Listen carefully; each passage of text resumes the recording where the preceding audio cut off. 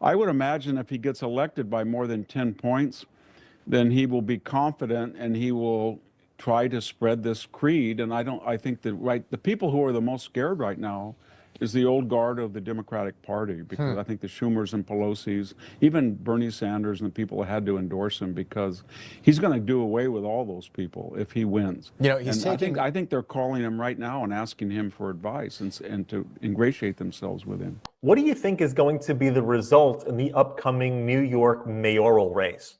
Take a look at this clip over here where Victor Davis Hanson goes into detail about what he thinks the result of a Mamdani victory would be. So we'll watch this clip together and then talk about it. But first, hit that subscribe button over there in the corner. We'd love to stay in touch. Check this out. Now for more is someone who has studied this race from the beginning, senior fellow at the Hoover Institute, Victor Davis Hanson. Victor, great to have you back on tonight. We appreciate it. Look, I tried to explain this in the monologue. Mamdani wants to normalize radical Islam. He's already doing it. And if he wins, my question, does this spread across the country? It's hard to know. It depends on how much he wins by and how careful he is to reveal himself. But right now we're in a race because he's spoken so often in this socialist, communist, radical Islamic fashion, but it's always been to selective audiences. He never gets out on the stump and says that. So, and he has a media shield that has given him immunity. It's just a question now how much information can get out from all of these sources, and reporters can track it down like you're doing and get it out, because there's a wall around him of the left-wing media, and he's very selective where he reveals his true intentions and nature. So we don't really know what he's doing. But I would imagine if he gets elected by more than 10 points, then he will be confident and he will try to spread this creed. And I think that the people who are the most scared right now is the old guard of the Democratic Party, because I think the Schumers and Pelosi's, even Bernie Sanders and the people that had to endorse him, because he's going to do away with all those people if he wins. You know, I think they're calling him right now and asking him for advice and to ingratiate themselves with him. I want to do this because nobody's had the courage to talk about this part of Zohran Mamdani. It's not that he's a Muslim. There are hardworking Muslim Americans that are contributing to this society and this country every single day. It's not what I'm talking about here. But here's the Muslim call to prayer, okay? This is what 2 million people living in Minneapolis have to hear 5 times a day now. And Victor, this is what's going to happen in New York City if Mamdani wins. Do you agree with that?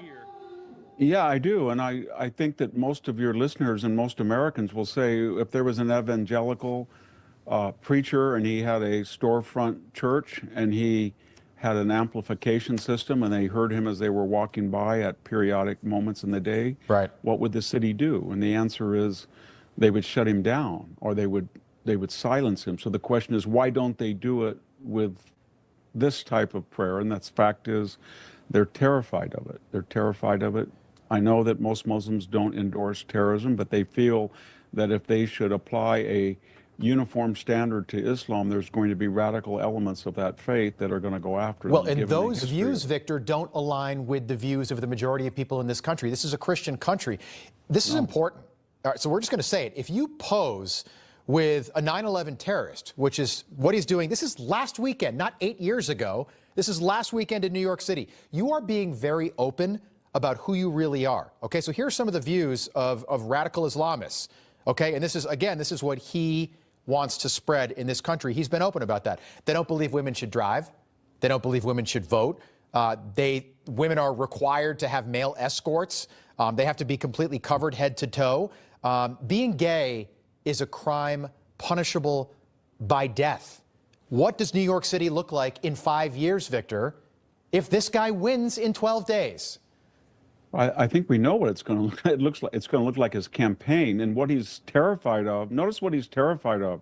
He's terrified of losing the 400,000 to 600,000 Muslim voters in the greater New York boroughs, and that he would lose them because they would give him no margin of error if he criticized that imam or he in any way criticized Islam. What he is also certain of, he can pose with an unindicted co-conspirator on the first World Trade Center attack because he feels that unlike his Islamic constituency, the upward metrosexual yuppie left-wing professionals that want to buy a brownstone and count, they will forgive him. Yeah. They will let him do anything they want, but he has a third rail, and that is his Muslim constituency. Yeah, you know what he the fourth will never rail? ever Sorry. touch that.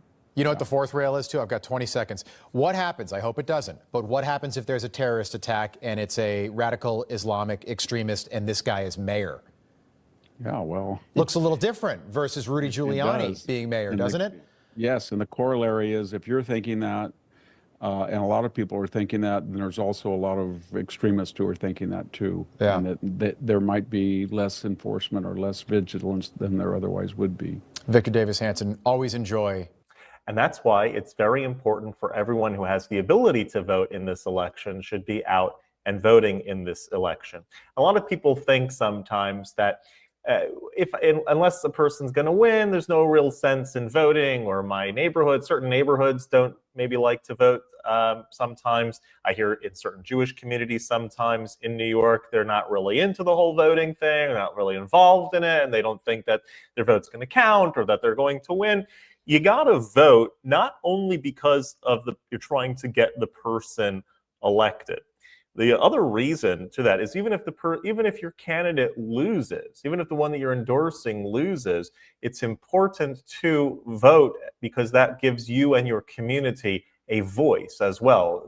For the future, I mean, whoever wins is not going to be in power forever, and your community, your voice will matter much more if you are a group that is likely to vote. That's just politicians, like most people, but even more so, are very self-serving people. They want to win elections. They want to vote. They want to know who they can count on. They will help in extra ways those that are, with them, so to speak. And so even if your candidate doesn't win, it's important to let you and your community voice themselves so you can be sure where you stand on everything. And so that is something that in this election is particularly important, where there is so much that's clear and obvious out there, that this is a guy that won't condemn the idea of globalize the Intifada, which literally means rise up in violence against Jews. This is a person who is tacitly endorsing all sorts of terrorist groups and activities, won't really condemn Hamas.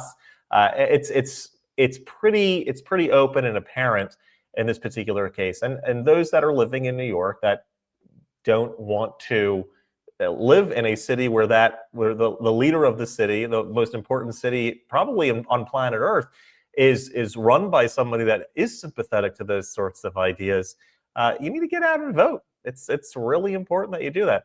Also, I don't really know why Curtis Sliwa is still in this race. If he were to drop out and endorse Andrew Cuomo, that would be something that would make things a little bit. It would probably make the race a little bit closer. I don't know what the thinking is over here. Love to hear your thoughts if you have some ideas as to why that might be, other than just ego or whatnot.